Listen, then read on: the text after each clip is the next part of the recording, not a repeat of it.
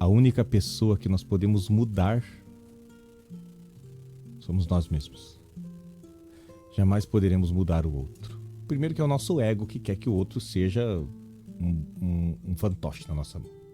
É o ego que quer que o outro mude. Já começa por aí.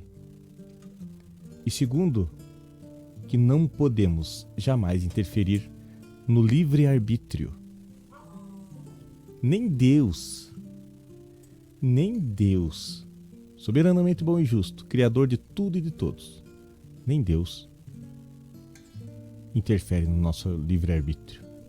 Quem somos nós para interferir no livre-arbítrio do outro? Ah, mas tá fazendo errado. Errado na nossa concepção, muitas vezes. Ou, se for errado de verdade, é ele que vai responder por isso, não é você. Me prejudicou. Quem disse? Quem disse? Ou a gente está olhando errado, achando que é prejuízo uma coisa que está nos fortalecendo. Quem disse que é esse mundo físico que nós vemos que vai nos transformar em pessoas melhores? Se alguém te prejudicou, a vingança é pior. Aí você está julgando quem te julgou. Está sendo pior que ele. Eu sempre digo que ninguém briga sozinho. Ninguém discute sozinho. Quem quiser discutir comigo vai ficar falando sozinho, porque não tem porquê. Como eu disse, não podemos mudar o outro. E tem algumas pessoas, alguns irmãozinhos nossos, algumas almas que não querem mudar de opinião, não querem abrir a mente, não querem. Aí entra o livre-arbítrio. Não querem evoluir. A gente faz até aqui. Até um ponto. A gente faz pelo outro. Aí isso eu chamo de caridade, de partilha. A gente faz até ali.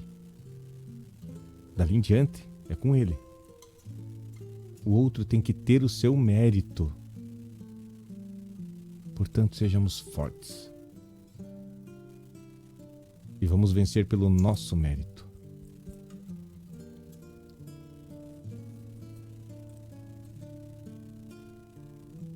Não precisa a gente ficar dependendo dos outros. Tudo é possível. Se Deus nos deu um fardo, é porque nós aguentamos e nós vamos vencer. E não adianta ficar jogando aquela responsabilidade nos outros. Não adianta culpar os outros. Se existe um culpado pelas consequências que eu estou sofrendo, sou eu mesmo. Em algum momento, eu abri as portas para que isso entrasse em minha vida. Ah, não suporto mais fulano. Você abriu as portas para o fulano estar em sua vida. E o teu livre-arbítrio permitiu isso.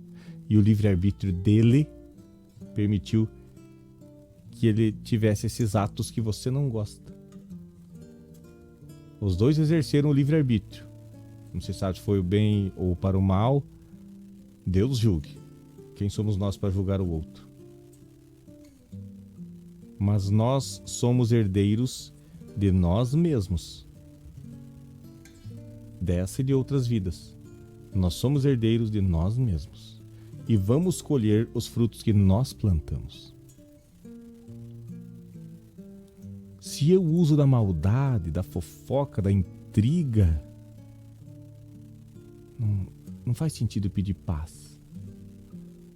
Não faz sentido eu culpar o outro por tentar me ofender, por tentar me agredir. Por que eu propaguei isso ao meu redor? Eu sempre digo que os opostos se atraem só na física. Na espiritualidade e na nossa vida, são os semelhantes que se atraem. Os semelhantes que se atraem.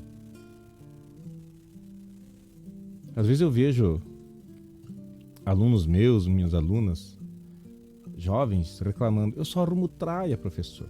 Só arrumo gente que não presta.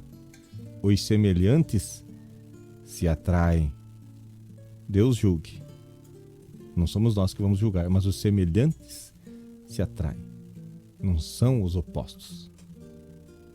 Não são os opostos. Na espiritualidade, na vida humana, não são os opostos, são os semelhantes. Tem até uma frase que eu vi, acho que foi no Facebook. Os opostos se estressam. Não é os opostos se atraem. Os opostos se estressam. E é verdade. Não tem como. Não tem como juntar o que é oposto. Então, se você está rodeado de pessoas que você julga que não prestam, que não vale nada, não esqueça que os semelhantes se atraem. E se você acha que não está atraindo, isso comece a mudar seus pensamentos. O pensamento é a maior força que existe no universo. Foi o pensamento de Deus que criou tudo isso. Esse celular que você está me assistindo, me ouvindo agora, antes dele ser realidade, ele foi o pensamento de alguém. O pensamento é a maior força que existe no universo. E os anjos, os espíritos, não ouvem a nossa voz. Eu sempre falo isso aqui. Não ouvem a nossa voz. A língua dos anjos não é aquela língua que às vezes a gente ouve em algumas instituições religiosas por aí. Pessoas que dizem sílabas soltas assim e dizem que aquilo é a língua dos anjos. Não, os anjos sentem a nossa vibração. E a gente gera a vibração pelo pensamento. Pensamento bom, vibração boa, bons espíritos são atraídos. Pensamento ruim, vibração ruim, maus espíritos. Vibração ruim, pessoas com a mesma vibração se atraem. Boas vibrações, ternura, harmonia, boas pessoas, boas criaturas atraem, são atraídas por essas vibrações. Comece a prestar atenção. Às vezes a gente julga muitos outros, julga muito a maldade dos outros, mas nós estamos sendo maldosos enquanto julgamos a maldade dos outros. Não somos nada melhor do que eles. Claro, todos erramos.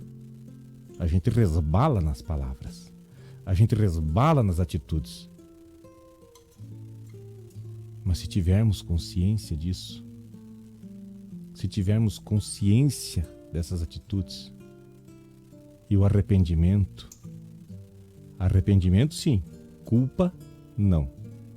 A culpa corrói a alma, destrói a pessoa. O arrependimento é lindo porque gera uma atitude diferente.